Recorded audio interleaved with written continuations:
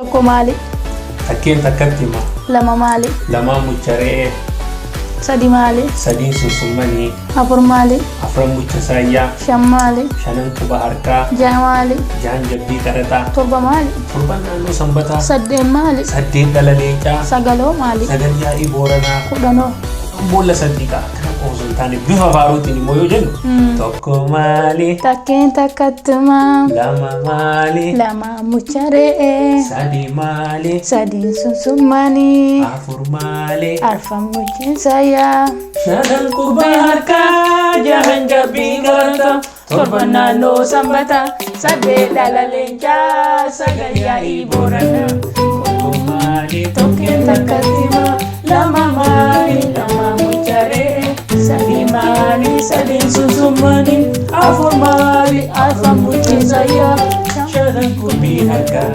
Jahan jabbii qaraxaa. Torban naannoo sanbataa. Saddeet dhala leencaa. Sagal yaa'ii booranaa. Kudhan boolla saddiiqaa. Oromoon akkuma argitan tokko maali? Takkeen takkatti hima. Lama immoo muchareeti. Sadi immoo sunsuma mana keessaati. Maaliif oofanii fayyadamna. Afran mucha saayyaati. Isaallee argineen beennu aannanima walmaatti bitanna. Shanan quba harkaa kunooti. Jahan jabbii qaraxaallee. Qaraxa gawannaa haasansa waa'ee gabbaraa era Facebook irratti. Nu gabbaru. Qaraxaa. Jahan jabbii qaraxaa ka jedhan sun achirraa dhufana fakkaata. Ulfinna yaa achirraa dhufe. Torban naannoo sanbataa immoo naanna'ee dhufaa miree torban saddeet. Akkasii sana immoo faamilii barsiisuu fi ka biraa ammoo saayinsii illee barsiisan jenneerra. Bineensa naannoo sanii illee barsiisan jenneerra. Yaa so kan keessaa. Yoo warra manaa jennaare. Yoo warra manaa Seenuu dhaggoofne. Akka Oromooti seeni. Oromoon waa hundaafuu waa hunda qaba. Daa'immaniif, mukaaf, sareef, re'eef, namaaf falaasama Oromoo keessaa wanti dhabame hin jiru jechaadha. Kanaafuu waan naannoo isaa keessa jiru hawaasummaa akkamii Oromoon ijoollee isaa barsiisa ka jedhu. Yoo warra manaa jennee mana seennee baanee bakka meeqa deemnee isin garsiifnaa tapha keessatti turtii keessan wajjin haa ta'u gamanumaan gara yoo warra manaa itti ceena jechaadha.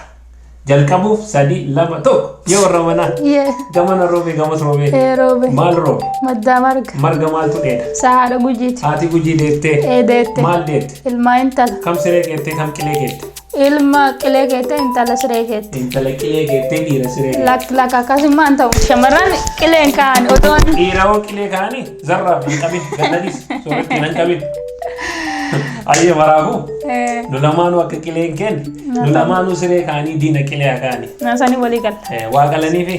Qalaniif. Maal qalaniif? Hoolaa dirra coomaati. Naa kutanii. Sii kutanii. Sii kutanii. Kutanii. Atta goote.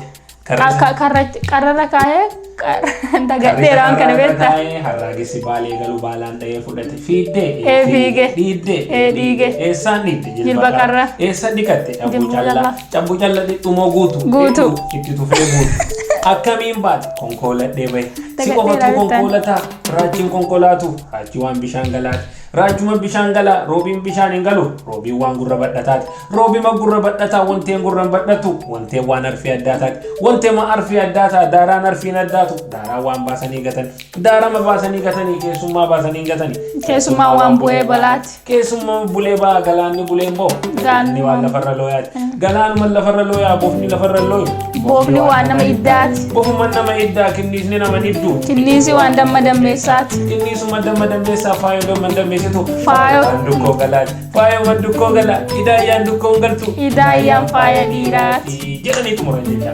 Tapha ijoollee kanarraa wanti isin barattan mana namaa yeroo seenan yoo warra manaa akka jedhan yoo gamana rooba akka gamana illee rooba akka marga saanii deetu akka haati gujii deettu yoo namni da'ummoo akka qotii hoolaa dirra coomaa qalanii fi yoo fiidde yeroo baay'ee akka kufuu dandeettu akka raajii bishaan galu akka roobiin gurra badhatu akka wantiin arfii addaatu akka keessummaa baasanii gatan akka bofti lafarra looyu akka kenniisni nama iddu. Waan naannoo isaa keessa jiru bifa taphaatiin godhee uummanni Oromoo ijoollee barsiisa jechaadha. Kanaaf falaasama Oromoo kanarratti sirriitti halkaniif guyyaa cimnee hojjenna jechaadha. Nullee waan aadaa Oromoo keessa jiru hunda bakka jirurraa qonnee isinii baasuuf qophii. Waadaa galla jechaadha.